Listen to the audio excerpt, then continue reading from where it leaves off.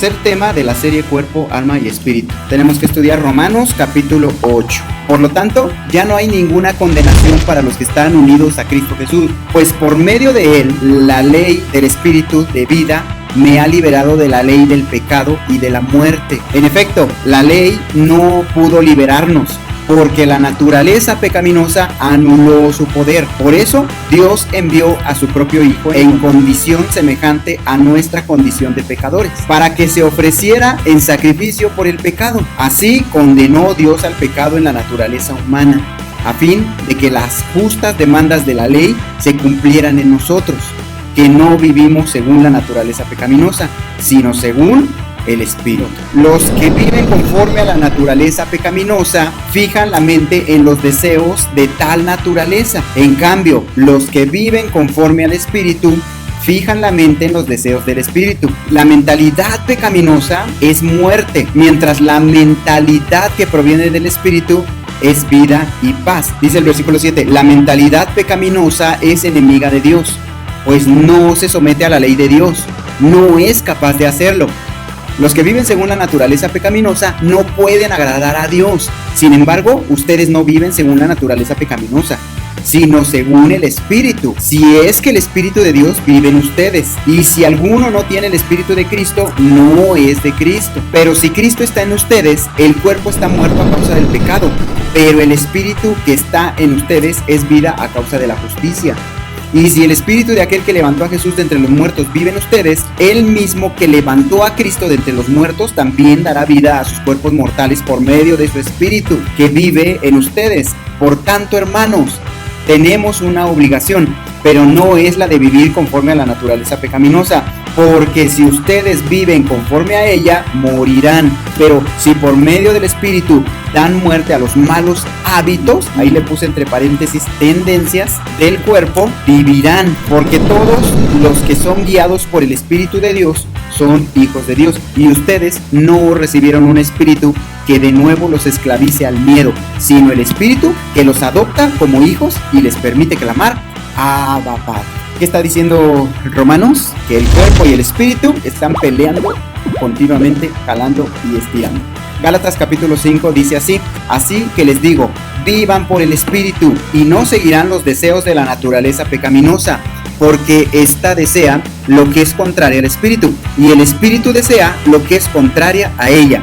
Los dos se oponen entre sí, de modo que ustedes no pueden hacer lo que quieren. Aquí entonces surge una pregunta: ¿qué es vivir en el Espíritu? La palabra clave en este versículo es esta palabra que dice piensa. Todo está en la mente. Primer parte de qué es vivir en el Espíritu: las ideas, los pensamientos que hay en nosotros. Pensar está en el versículo 5, ocuparse está en el versículo 6, y en el versículo 7 vemos la tercera palabra, designios. Mire, versículo 5, porque los que son de la carne piensan en las cosas de la carne, los que son del Espíritu piensan en las cosas del Espíritu. Pensar, número 1. Número 2, ocuparse de la carne es muerte, pero ocuparse del Espíritu es vida. 2, ocuparse. 3, por tanto, los designios de la carne son enemistad contra Dios, porque no se sujetan a la ley de Dios. La palabra designios viene del griego phronema, que significa inclinación, designación o hábito. Los hábitos de la carne son enemistad contra Dios. Ideas, acciones, hábitos. Y los que viven según la carne no pueden agradar a Dios. Los pensamientos te van a dar ideas, ¿no? Son ideas. Las ideas te ocupan, son acciones. Las acciones repetidamente se van a convertir en hábitos. El juego del calamar, bueno, las ideas que mete el juego del calamar, que toda la vida es un juego y que para poder obtener algo vas a tener que tronarte a alguien. Son ideas que están metidas en el cerebro por causa de lo que estamos viendo. Aunque uno busque de Dios, si metemos mucho de eso en la cabeza, te da ideas que después se transforman en acciones. Con la debida repetición, se vuelven hábitos en tu vida. Todo comienza en el pensamiento. tenemos que ser selectivos, que vemos incluso con quién estamos. Las relaciones tóxicas son perjudiciales, mejor apártate un poquito de esa persona, porque todo lo que está cerca de ti, que te da ideas incorrectas. Por ejemplo, cuando estaba yo joven, trabajaba en una mecánica y pues los mecánicos tenían una obsesión por las chicas pobres, porque tenían un montonal pegadas en la pared y pues, las pobrecitas no tenían ropa. Entonces yo chiquito de 12 años, 10 años, yo llegaba al taller y no sé, tenían una obsesión con los calendarios, ¿no? Tenían de muchos años. Entonces eso genera ideas. Y como tienes que estar yendo a trabajar a ese lugar, todos los días estás por acá y viendo las paredes, te genera acciones y te empiezan a ocupar en esas mismas ideas. Las pláticas de estas personas eran cobrar y qué hora, dónde nos vamos a ir, a qué antro nos vamos a ir. Les generaba acciones y incluso hasta todo su trabajo se despilfarraba todo lo que recibían. Y como era repetidamente, se les hizo un hábito. Esos hábitos son los que Dios quiere que tomemos. Hay hábitos que tenemos en nosotros que ni nos hemos dado cuenta que no son agradables a Dios. Todo comienza en el pensamiento. Tenemos que ser selectivos. Vea lo que dice Filipenses 4:8. ¿De qué tiene que llenar sus ideas, sus pensamientos? Todo lo que es verdadero, todo lo honesto, todo lo justo, todo lo puro, todo lo amable, todo lo que es de buen nombre. Si hay virtud alguna, si algo digno de alabanza, en esto no dice esto guárdenlo, esto procúrenlo, dice en esto piensen, métanlo en su cabeza. Verdadero, honesto, justo, puro, amable, de buen nombre, virtud, alabanza. Esas son las ideas que tenemos que meter en nuestro cerebro. Efesios 4 dice, en cuanto a la pasada manera de vivir, despójense del viejo hombre. Oiga, que está viciado, está habituado conforme a los deseos engañosos, y renovaos en el espíritu de vuestra, ¿de qué dice? ¿De vuestro cuerpo? ¿El alma? Dice de la mente. Todo el problema está en nuestra mente. Segunda de Corintios 10 dice, porque las armas de nuestra milicia no son carnales, sino poderosas en Dios para la destrucción de fortalezas. Y ese versículo lo hemos agarrado para hacer guerra espiritual. Espérenme. Versículo 5 dice, ¿de qué está hablando? Derribando argumentos y toda altivez que se levanta contra el conocimiento de Cristo.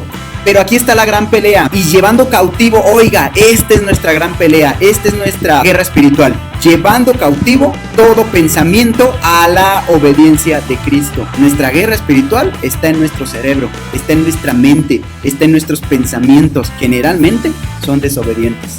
Pastor, ¿cómo controlo mi mente? Bueno, es fácil. ¿Quién necesita un buen chef para hacer un buen guiso? ¿Será que tiene buenos sartenes de Royal Prestige? ¿Será que su gorrito? Pone tú que tiene el conocimiento, tiene las mejores escuelas y el mejor estudio. Un chef no puede hacer nada si no tiene los condimentos necesarios para hacer ese buen guiso. Son importantísimos porque un simple condimento le cambia todo el sazón a su guiso. ¿Qué necesita un científico para poder hacer una vacuna contra el COVID? Sin los químicos necesarios no va a poder hacer eso. Es lo mismo tu mente. La clave está en el mercado, en los insumos que estás dando a tu vida. Mire lo que dice Mateo 12:35. El hombre bueno, del buen tesoro del corazón, saca buenas cosas. El hombre malo, del mal tesoro, saca malas cosas. Proverbios 23:7 dice, pues como piensa dentro de sí, así es él. Los insumos están en tus sentidos: olfato, vista, tacto, oído. Los insumos que pongas en tus sentidos te van a generar pensamientos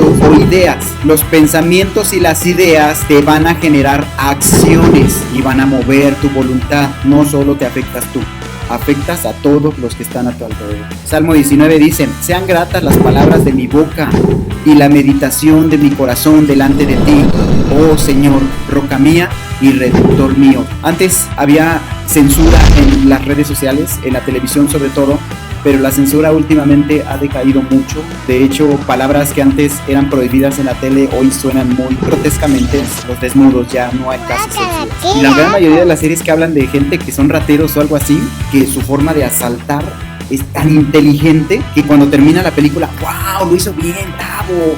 pero son rateros, son gente ratera. ¿Qué te está diciendo esta serie? No importa, tú roba, si lo haces correctamente, lo planeas bien, vas a ser bien aplaudido, porque es alguien que ya su cerebro está lleno de agresividad y genera estas series y después las avienta hacia nosotros. ¿Por qué tanta pornografía en las redes sociales? ¿Cómo están ustedes? ¿Qué tanta censura pones tú en tu corazón, en tu mente? Todo lo que vean, todos los insumos que tengan en sus sentidos, siempre canalícenlo. No cambien el cimiento de la palabra por algo que aprendiste o que viste y que te pareció muy agradable, porque si no está firme tu cimiento espiritual, tus pensamientos se van a mover conforme a esos pensamientos, y si lo estás repitiendo se te va a volver un hábito. No erréis. Las malas conversaciones corrompen las buenas costumbres. Si hay alguien que es tóxico, mejor apártense un poquito de esa persona. Tengan mucho cuidado con lo que conversan en la mesa, con sus hijos, qué están hablando. Si eres correcto y generas con todo esto, todos esos insumos van a generar una sopa maravillosa en tu vida. Esa es la idea del cristianismo. Romanos 8, porque los que son de la carne piensan en las cosas de la carne, pero los que son del espíritu en las cosas del espíritu. Porque el ocuparse de la carne es muerte, pero el ocuparse del espíritu es vida y paz. Se vuelven espirituales las cosas en donde tú estás y las cosas que tú haces, porque el espíritu ya está en ti. Pero si el espíritu no está en ti, todo lo que hagas se vuelve carne. Aunque sean cosas buenas, si el espíritu no está en ti, son carne. Soy ateo, pero alimento a los niños pobres. Son acciones de la carne. Si el espíritu no está en ti, no puede ser espiritual lo que tú hagas. Mas sin embargo, si el espíritu está en ti, se vuelve espiritual.